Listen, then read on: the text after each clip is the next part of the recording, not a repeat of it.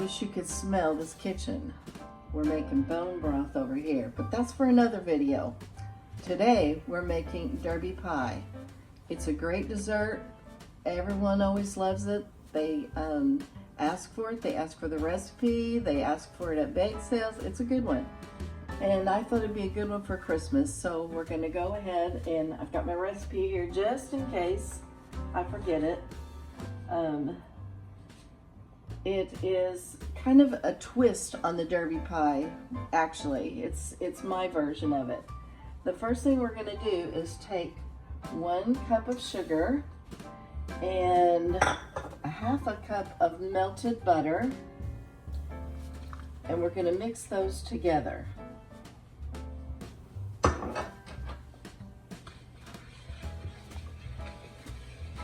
Just get all of that sugar wet with the butter.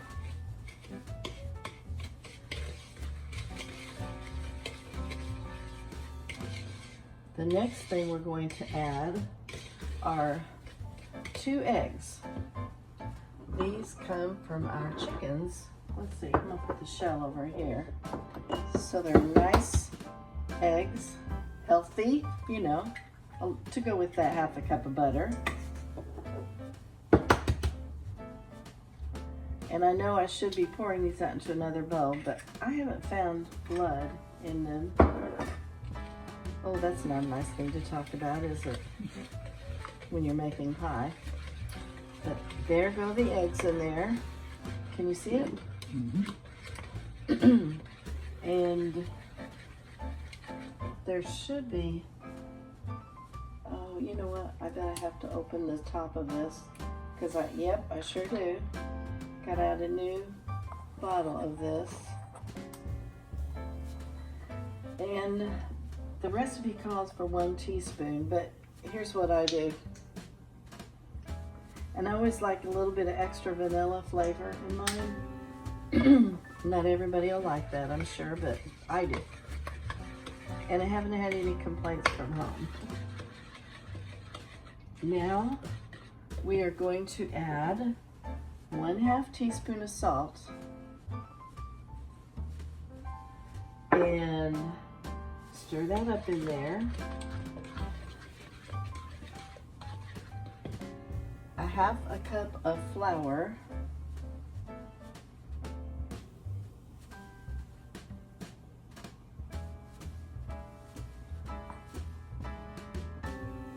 I'm putting just a tad extra of that in because I'm putting some extra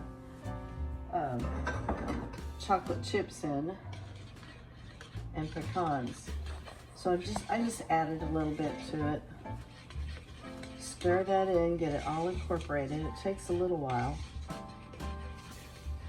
Not too bad.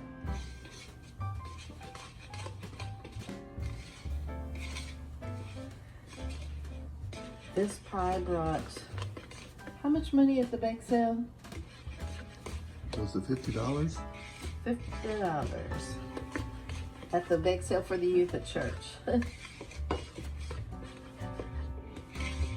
It is good though, honestly it is. Okay, all that flour is incorporated, as you can see. And now, and we put the salt in there. Now we're going to add our pecans.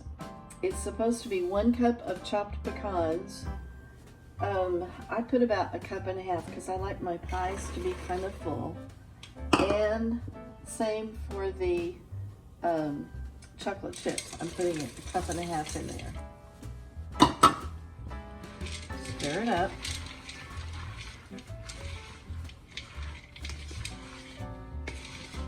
These are almost always things that I have in my pantry.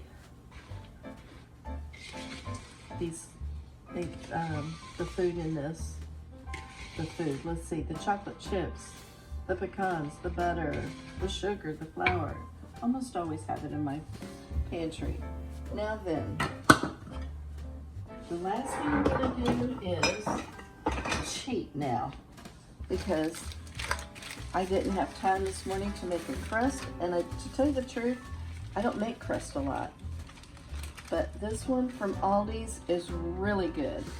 They have changed their recipe, I do believe. They put it on parchment paper, so it's a lot easier to handle.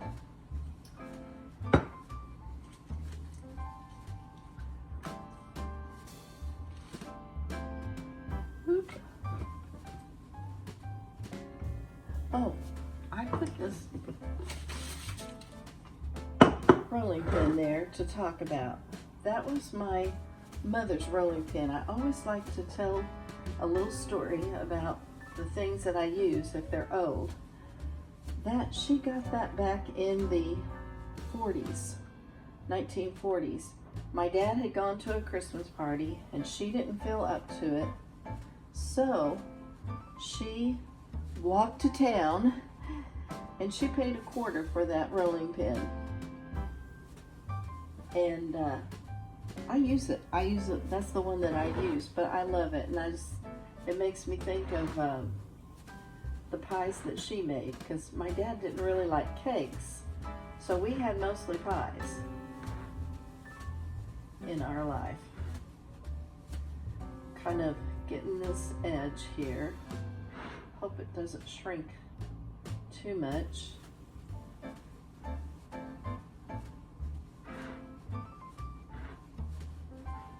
Trying to make it a little bit better of an edge.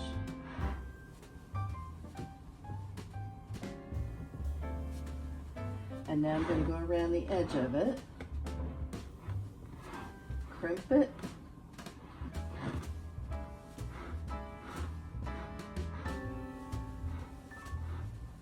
if I were making a pie with a top on it, you would see the design that was cut into it. That was cut my whole life too. It's funny how you pick things up like that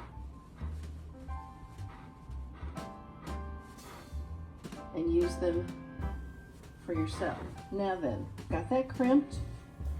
We're going to pour this into that pie crust. Ooh, that's thick and a little bit heavy.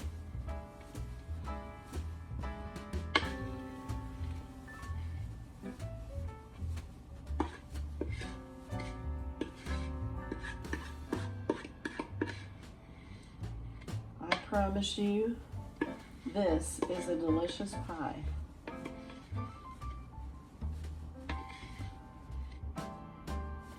Derby pie, actually, I've heard, calls for walnuts. We're not big walnut eaters here, but we always have pecans because that's what we like.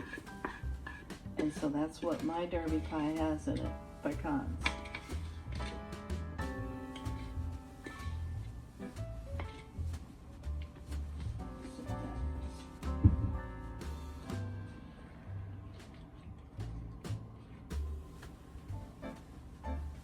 When you pull this out of the oven, it's not going to be rock solid.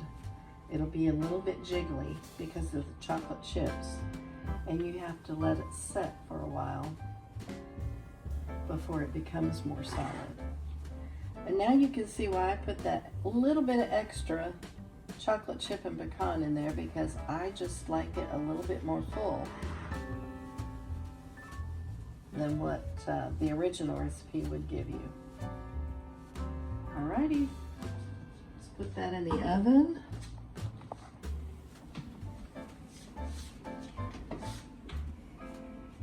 It's at 325, and let's see, I'm gonna set the timer for 1 hour.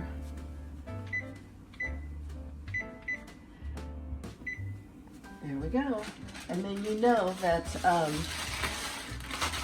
I check it a little bit before that and a little bit after that, whatever, you know, adjust your time to your oven. And we'll be back with the rest of the video. I'm gonna check into my oven on that pie. Ooh, it's getting there. Oh, that looks good. Okay, there's the pie. You can see it's got like a little crust on top of it, but it's really soft underneath. So this pie you want to let set for at least an hour, and I usually let it set for a few hours before I cut into it. Yeah. All right, we took the Derby pie out of the oven. We let it cool for a few hours while we were at church, and now, guess what? we get to taste it.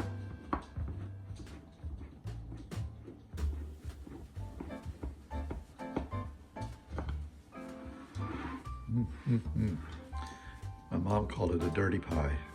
Derby.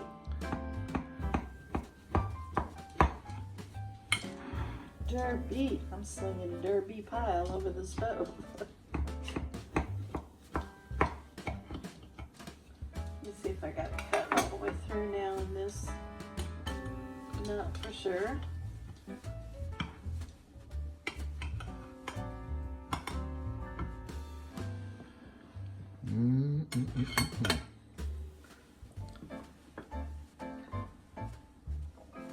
Okay. See all the chocolate in there and the nuts in there. It's just pure goodness. That's all I can say. It is. Okay. I can't sample it. I need a cup of coffee. Hey, really? I'm gonna give you a fork. You can't sample it without a fork either. Okay.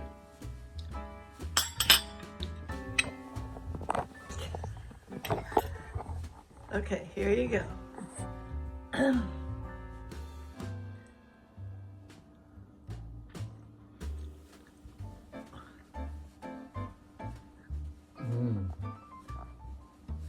You're not gonna be, That's why they paid $50 for it. you're not gonna share with me, are you? Nope. That's okay. You've got your own. I got my own. Very good, huh? One more time. Chocolate chips, I can taste it all. That's very good. Very good. There you have it. Derby pie for Christmas.